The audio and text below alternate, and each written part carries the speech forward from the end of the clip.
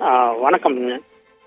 சிவகங்கை மேலூர் சாலையில அரசு பெண்கள் மேல்நிலைப் பள்ளி இருக்குது. பழமையான இந்த பள்ளியில 700 மாணவிகள் படித்து வர்றாங்க. அதுபோக 40க்கும் மேற்பட்ட ஆசிரியர்கள் பணிபுரிஞ்சு வர்றாங்க.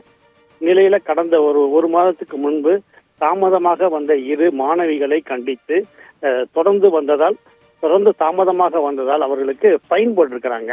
அந்த ஃபைன் கட்ட மறுத்து அவர்களுடைய பெற்றோர்கள் 2 மாணவிகளுடைய டிசியும் வாங்கிட்டு வேற ஒரு பள்ளியில சேர்த்ததாக கூறப்படுகிறது.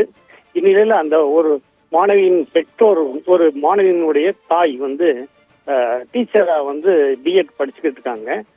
அதுக்கு ட்ரைனிங் காண்டி அதே அரசு பெண்கள் மேல்நிலைப் பள்ளியில இன்னைக்கு ட்ரைனிங் காண்டி வந்திருக்காங்க. ட்ரைனிங்கான அந்த டீச்சர்ஸ்க்கெல்லாம் அழைச்சு அந்த பள்ளி தலைமை ஆசிரியர் இன்ஸ்ட்ரக்ஷன் கொடுத்துருக்காங்க.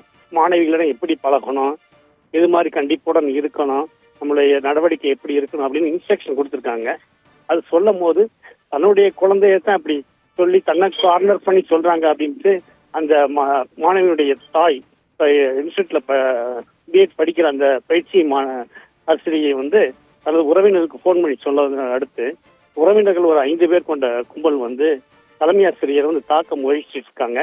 இதனை அடுத்து பள்ளியில இருந்த எல்லா ஆசிரியர்களும் மாணவிகளை அலறி அடிச்சு ஓடினதுனால அது சிவகங்கை மேலூர் சாலையில முக்கியமான ஒரு இடத்துல இருக்க அந்த பள்ளியில மாணவிகள் அலறி அடிச்சு ரோட்ல ஓடி வரவன் பெரிய ஒரு போக்குவரத்து நெரிசலும் ஏற்பட்டுச்சு.